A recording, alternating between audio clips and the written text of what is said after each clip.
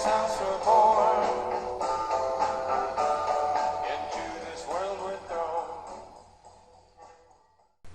And here's the lobby at MyBet, and the Storm Poker tables are found here. Right, so you click Storm Poker. We're going to be playing the NL20 variant, NL20 stakes. And as you can see here, it's a turbo table. That means there's not a lot of time to think. It's 6-max play. You got a couple lightning bolts and tornadoes and no idea what. That's pretty fitting, as you guys will see here soon enough.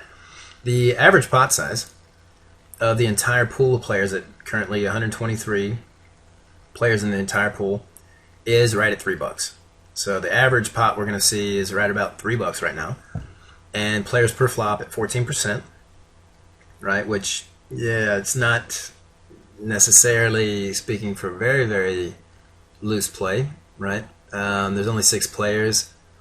So, yeah, that's relatively light. That means these guys are playing a bit tighter range in general. They're, well, let's say it like this: fewer players are getting to the flop. You're not seeing a lot of three-way flops, is what basically this number is telling you, which is not necessarily in your interest. I mean, the higher this number is, players per flop, the better it is for your total return in the long run. But look at this, guys: total hands per hour dealt, right, at 124 per table.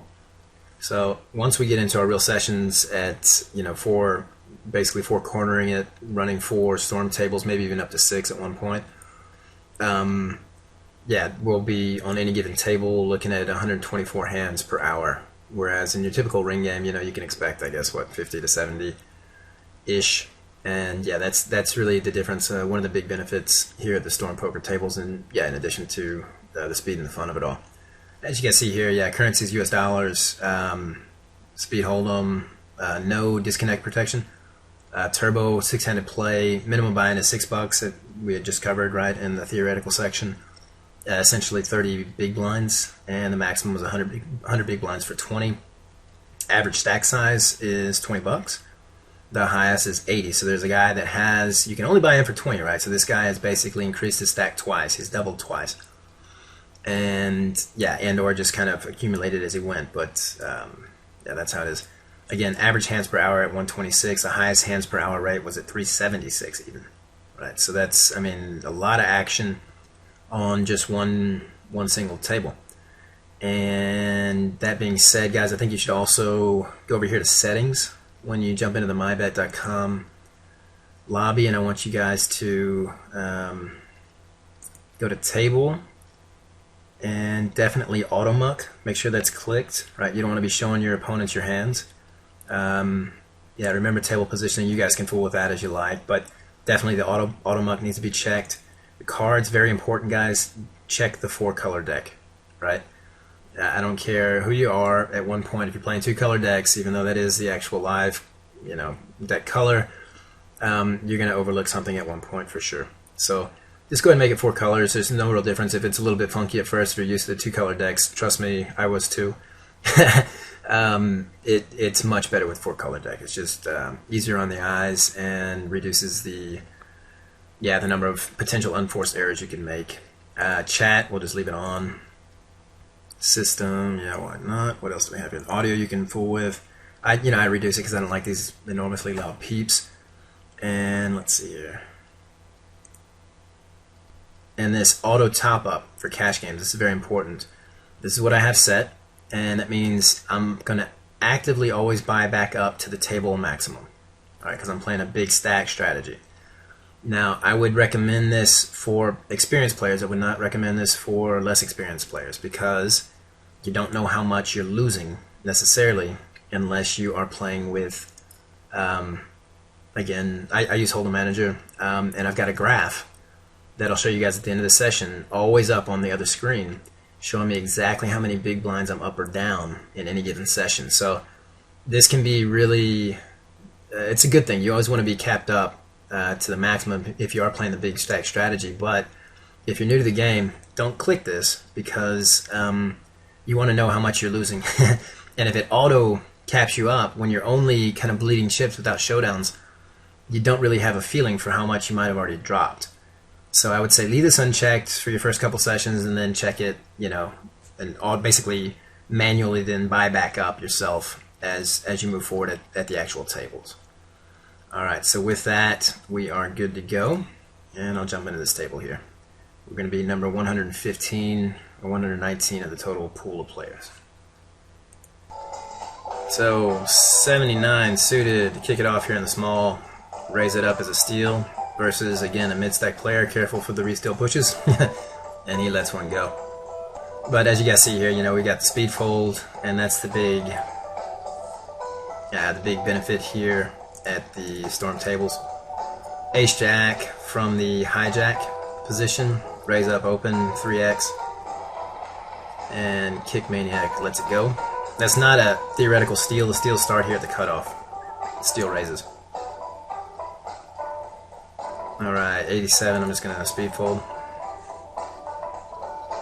If it's suited again, I might raise that up, right, according to my suited principle. Not that the suitedness is much better, but that I'll simply be playing that hand 1 time in 4 instead of 4 times or 3 times in 4. And they just give it to us. 57, again, speculation here under the gun. You can raise that up, but these guys, a lot of these guys are going to play back at you, right? So with my spec hand, sometimes under the gun, also suited aces, these kind of suited connectors, 1 gapper here in this case, I'll limp from time to time also under the gun so that I'm not getting into a bigger pot, right? I limp, and a lot of these guys also at the low stakes, they also limp raise, right? So when an ace hits, you can also represent it, because that's how a lot of these guys actually think. They also limp their monsters, which, you know, we normally don't do. You can from time to time, but just make sure you're changing it up. Yo, ace queen, bummer, no action.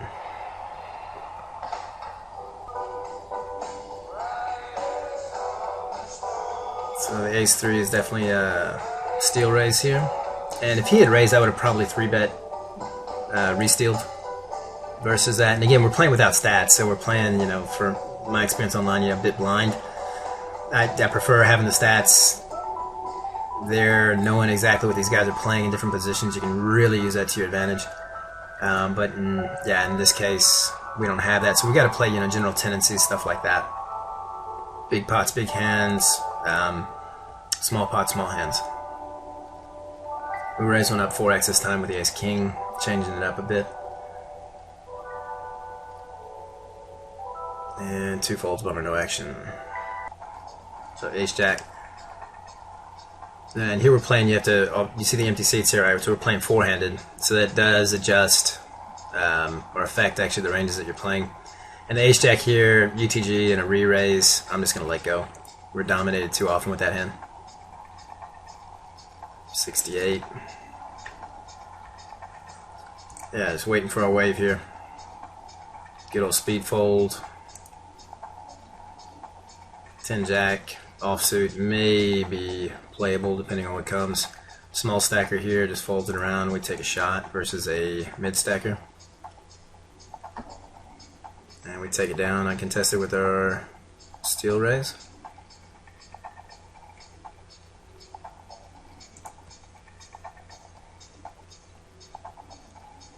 So ace 9 again, weak ace in the big. We'll definitely re-raise versus the MP limper.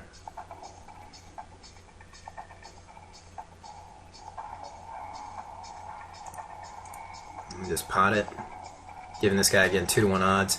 And here, you know, we wake up with a backdoor flush draw, backdoor straight draw, c-bet it, get flatted.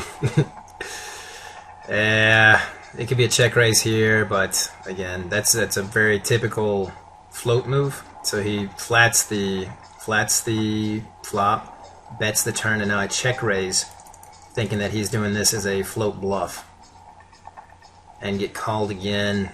And we're hoping that he's on a missed flush draw here, and we bet that out to continue our aggression then into the river, and he lets it go. So again, yeah, we put him on probably a correctly, you know, float line that was a float bluff. A lot of guys say, you know, they use floating exclusively as a bluff line. It's not necessarily a bluff line. I mean, it's also a bluff line, but you can use a float play, or yeah, the float betting line also when you have it. right? Yeah, you actually need to be doing both. So yeah, float is, again, it's a line of play. It's not exclusively a bluff. And a lot of guys out there really think that. I don't know why. They also think that c-betting is only a bluff somehow. It's simply a positionally defined move. That's all. You can do it with aces, you can do it with flop sets, you can do it with absolute nonsense. It's, yeah, just completely based on, yeah, your line of play. So here we go, running straight and flush draw again, and this time I'm not going to c-bet it. I'm just going to peel one off and see what he does. So 2 checks. I opt for the delayed c-bet here.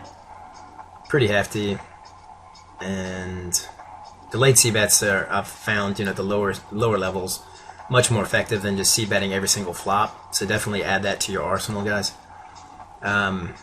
When you're in position, especially on the button, low board, stuff like that. If you completely whiffed, you got overcards. Yeah, take the free card from time to time. Why not? So ace queen suited. Raise her up. Take it down uncontested. So finally we pick up our aces, and I don't think I mentioned it actually in the theory. Damn, no action at all. You're only going to get aces about 1 time in 222 deals. So yeah, hard luck. No dice on that. No action. And 69 suited. Let's see what they do.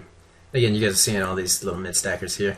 And for this, with these odds, basically 3.5 to 1. I'm going to go ahead and call that just for the miracle flop.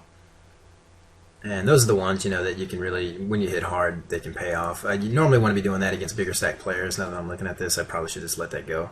But for the min raise, why not? So he checks behind, and now I just dunk into it on the turn, represent maybe the queen, see if I can't buy this. A big dramatic pause. And he flats. Alright, so 5, 6, 7, nada. Leads me to think that he's on, the fishy, kind of can't let go of flush draw. So we go ahead and pop that one last time, thinking that he missed, and take it down.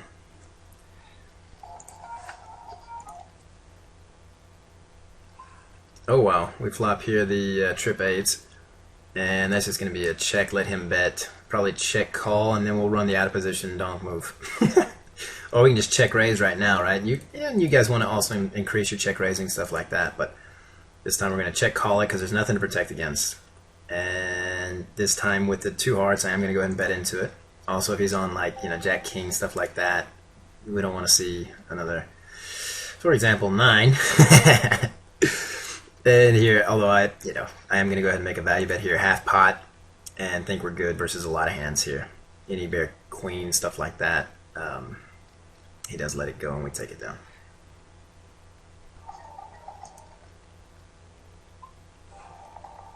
Alright, Tuesdays we just raise up as a steal.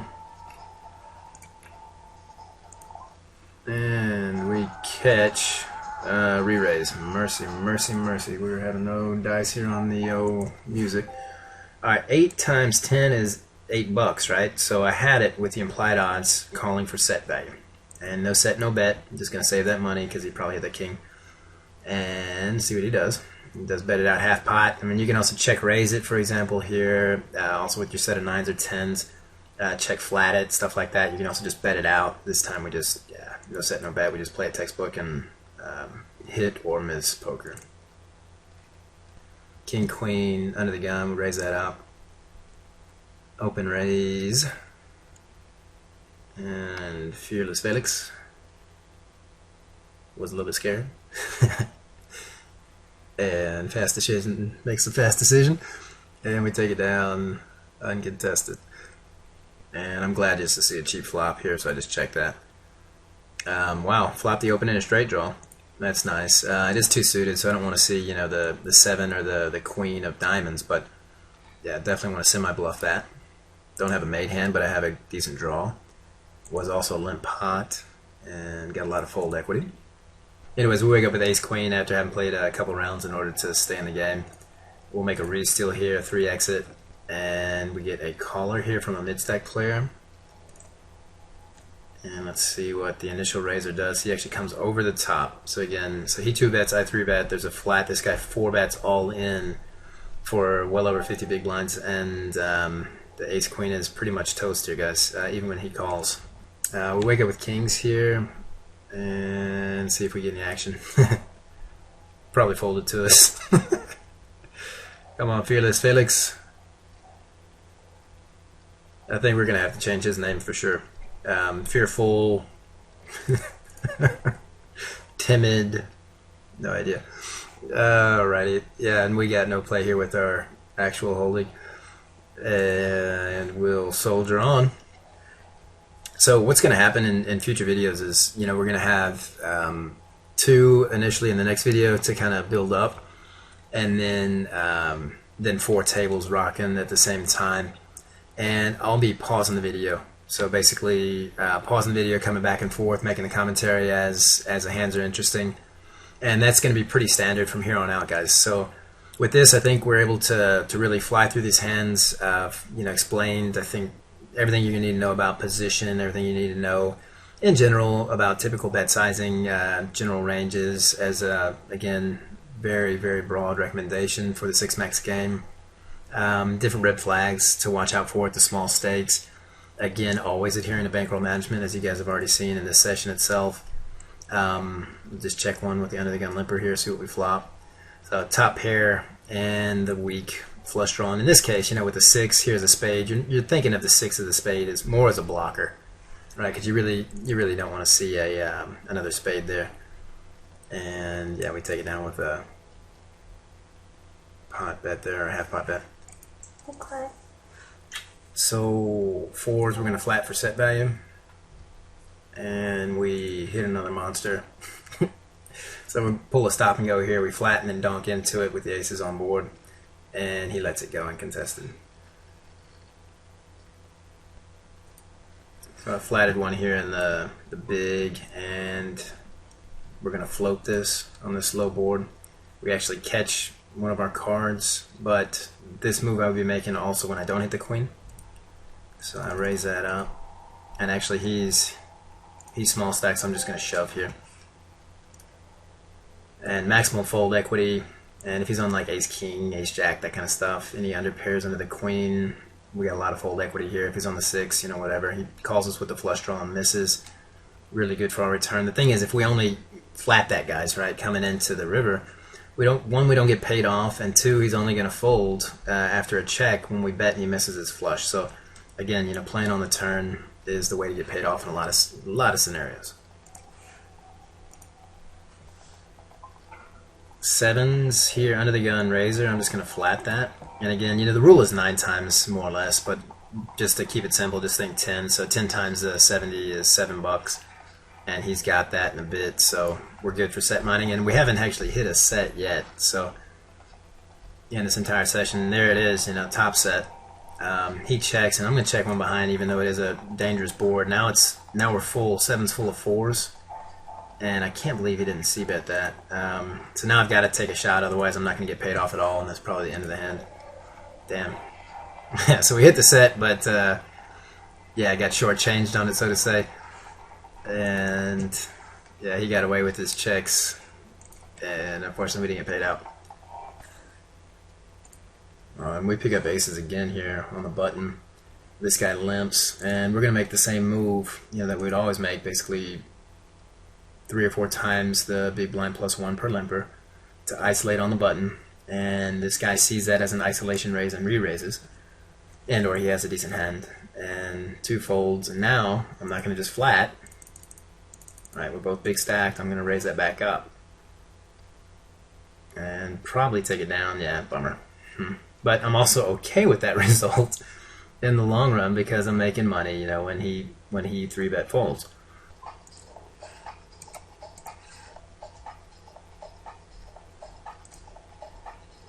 And take it down uncontested. So we're on the uptick here, guys, and that's always nice after having some pretty tough runs there, not getting paid on the bigger hands, bigger flops. Not catching any kind of draw for our life, and yeah, this is part of the game, guys. So just be ready for it, and play on. And as you're playing more tables, you're gonna have markedly more shots on goal So you can also tighten up. You can, yeah, you got all kinds of different strategies at your disposal here. But yeah, we are on the uptick right now, and we're hoping to be able to bring this session to a good positive close. And for those of you who are just checking in, as always, this is Dylan for mybet.com at the Storm Poker Challenge, Riders of the Storm video series. And yeah, again, for all of those, all of you out there who haven't seen the initial few videos, definitely do so that you have the theoretical background needed to really understand the game here, what we're doing, a general overview of 6-max play if that game is new to you.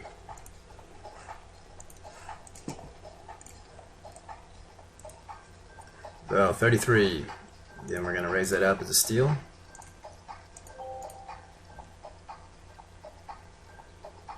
We do get flatted. That's a good result. We want one more flat here, not a push.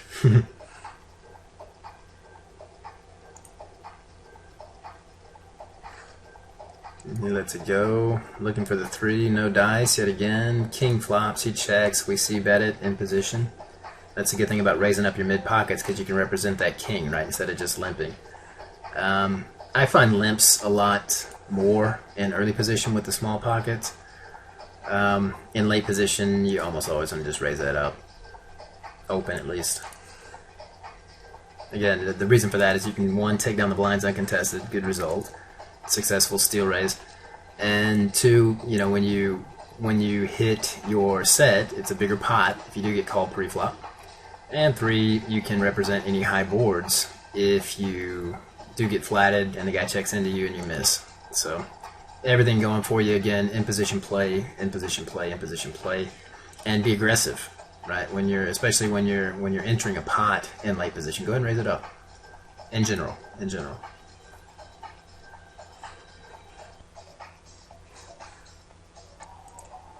Alright guys, so the 86 we're going to also raise up here as a steal from the cutoff.